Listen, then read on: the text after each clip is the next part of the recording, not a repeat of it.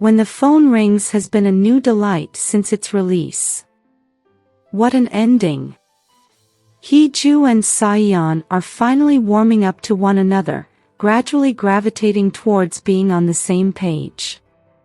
What's more, HeeJoo's identity, as 406, is about to be revealed, amplifying the anticipation of how SaEon would react on confirming that his quiet, docile wife is 406.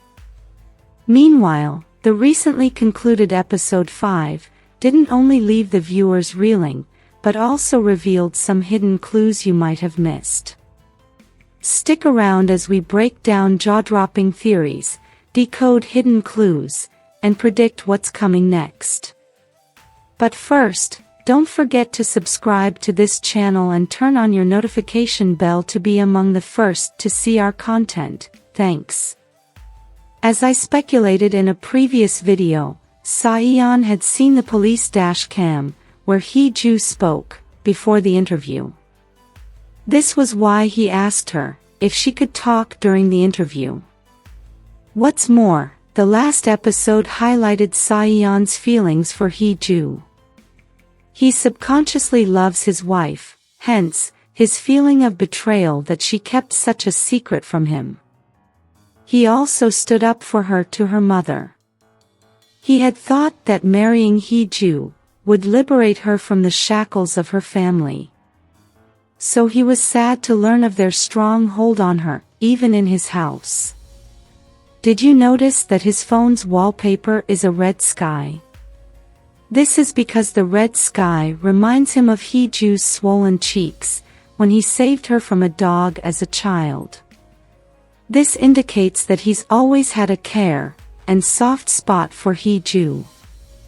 However, he can't bridge the gap between them or let himself love her because he has a secret, which he believes makes him undeserving of her.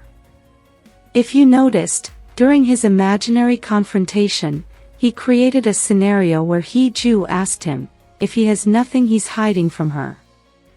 This shows that he has a secret keeping him at bay. Now, what could be the secret? I believe SaEon is not the real SaEon. If anything, his family seems strange. There's an underlying animosity between him and his supposed parents. Kyujin's reaction to seeing her late father-in-law's picture, in the last episode, indicates there's a story there. She may have given up on her real son, to be his daughter-in-law. According to the character profile, her father-in-law, the late Baek Jang-ho, is the type of person who can remove anything that stands in the way of his future. From Kyujin's drunken remembrance, it seems the late Baek Jang-ho had removed or switched her son, the real SaEon, for his love child, the spokesperson Baek SaEon, whom everybody now knows. His reason for switching them could be related to the missing kids from the orphanage. The real SaEon might have exhibited a psychopathic tendency. He must have been the kid Sang-woo met at the mansion. It's obvious the big hand with the ring he mentioned was Django's. This theory explains the kidnapper's obsession with SaEon, and why he told HeeJoo that he knows SaEon best in the world. He has a strong hatred for SaEon, as he tried to run him over with a car, indicating that it's personal, which points to my theory that he could be the real SaEon. He could be mad that SaEon, to whom his grandfather gave his identity, lived, studied, and prospered with his name, while he remained a nobody. Here are clues he could be the real SaEon. In one of SaEon's flashbacks, Kyujin mentioned that her son liked fish. The kidnapper, who's obviously working with his mother, was seen cleaning fish, after the news of his attack on SaEon's office broke. In the last episode, when he called HeeJoo, he was fishing in a pond, alluding to his love for fish, just as his mother had said. What's more, HeeJoo's growing feelings for her husband were also highlighted. Their chemistry is gradually igniting. SaEon's change in attitude is getting through to her. If you noticed, according to SaEon and the flashback, she hadn't screamed when a dog attacked her, but she easily called out to SaEon upon seeing him in danger. This shows she's beginning to care for and love her husband. Her question to the kidnapper, on why she should divorce her husband, shows she's beginning to have a change of heart in her quest to divorce him. Meanwhile, on seeing them together, Ina finally reaches out to HeeJoo. Somehow, it seems like Ina found a cure for her deafness. It's obvious she can now hear, as she reacted to the sales representative's suggestion. However, she can't possibly want SaEon back, as she sold HeeJoo to him, for some cash to escape her family. It seems we will get some insight in the next episode, when she meets with HeeJoo. Meanwhile, Park Do-jae looks more like he could be the saboteur in SaEon's camp. He could be working with the real SaEon and his mother. I mean, how did the kidnapper know that HeeJoo's identity would soon be revealed? SaEon trusts only Do-jae with the case, and had asked only him to analyze the recovered voice, to that of HeeJoo, talking in the police car.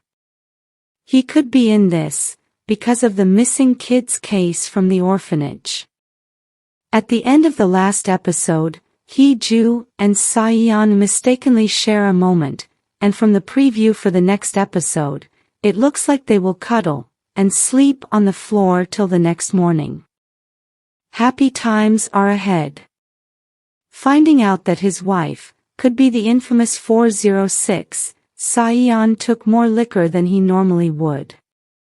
Embarrassed, he asks HeeJoo if he did anything wrong the previous night, given his drunken state.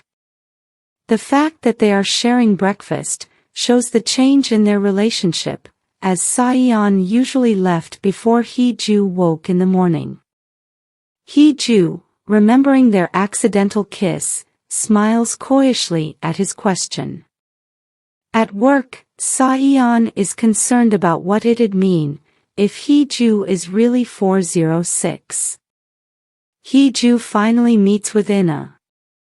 And SaEon decides to use the opportunity to investigate HeeJoo's room.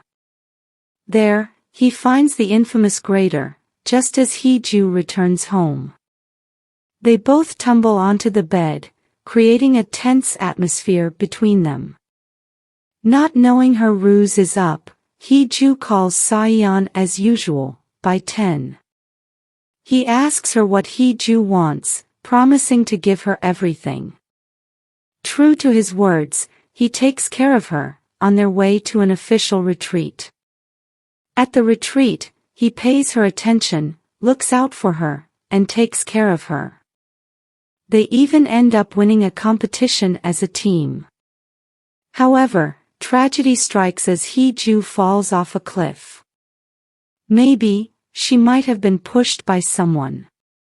SaEon frantically searches for her, highlighting how much she's come to mean to him. What's more, it seems the incident will confirm HeeJoo's identity as 406, as she calls SaEon with the voice-modulated phone, hoping he'd rescue her. Who do you think the real kidnapper is?